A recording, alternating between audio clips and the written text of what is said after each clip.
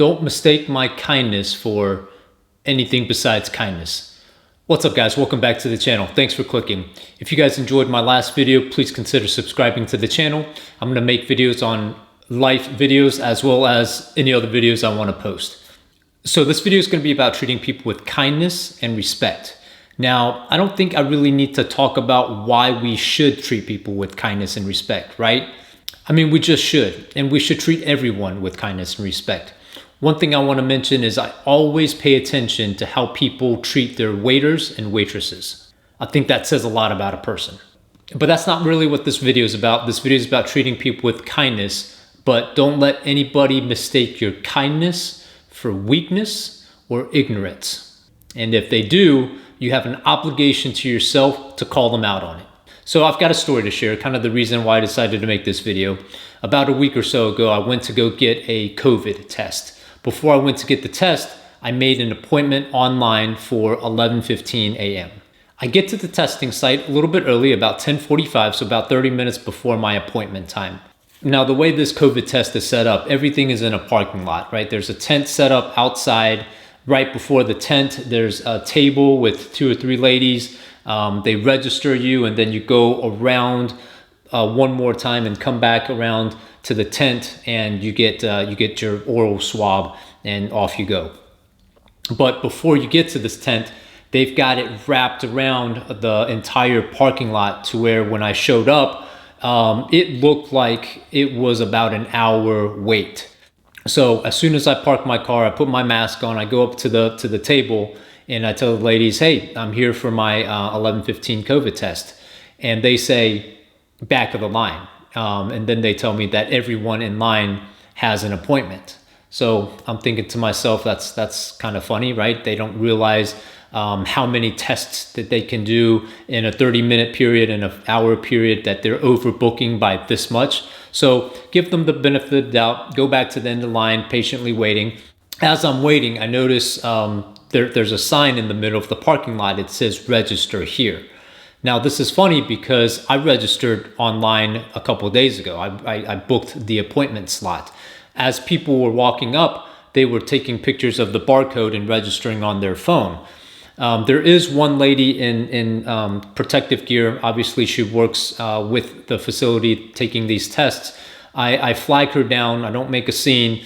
I kind of, in a soft voice, ask her, hey, so if everyone has an appointment, how come people are going up to the sign and registering? And what she tells me is, yes, everyone has an appointment. They just want to make sure that they still have an appointment and it didn't drop off. I look at her kind of sideways. I smile and I say, okay. So that's the end of that. Gave her the benefit of the doubt. Waited about 45 more minutes, get to where the table and the tent is before you make one more turn to go and get the swab. At this point, I notice almost everyone who comes up is going to the barcode and registering on their, like they're standing in front of the barcode and they're registering.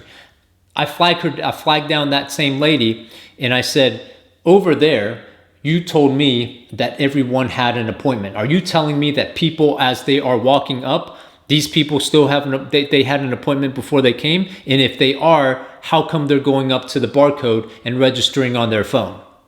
She pauses for a second and says, everyone has to be in the system. I said, yes, I agree. Everyone has to be in the system because when you get to the table, they have to make sure that you're in there and they check your birthday and all that. But you told me over there that everyone had an appointment before they came. She says, look, it's not my fault. If it was up to me, there would be 2 lines. I was like, well, you lied to me over there, right? What you told me over there was bullshit. At this point, she gets upset because I said bullshit. And she says she doesn't want to talk to me anymore. She tries to, back off of the conversation. I continue with what I have to say. I tell her that the reason that she's doing this is that this is a for-profit organization and that the more people that come through and get a test, the more money they make. And what happens is they've got no respect for my time or anyone else that had an appointment. They just wasted an hour of my time and all those people in front of me. I'm assuming that they had an appointment, but I was probably wrong about that anyways. At this point, I was just trying to make a point that what they're doing is wrong. And I know the motivation behind it. They're just trying to get as many people through as they can because they get paid off of that. Nothing was to be gained from my perspective because I had already waited 45 minutes. It was another 15 minutes to get to the tent and get tested.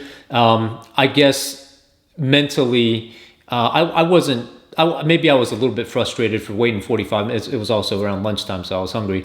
But really, I wanted to prevent this from happening in the future, right? If nobody says anything, they think they can get away with this and continuing disrespecting people's times. And that's not something that I was going to let go without saying anything. So, I gave the lady a little bit of a hard time. I kind of raised my voice at her. Do I feel bad for her? Looking back, I don't think I do. She blatantly lied to me. She knew what she was doing. She knew that if she would have told me that not everyone had an appointment, I would have made a point to get to the front because that was my appointment time. There was no reason I needed to wait till noon if I had an appointment for 11:15. Otherwise, what's the point of having an appointment?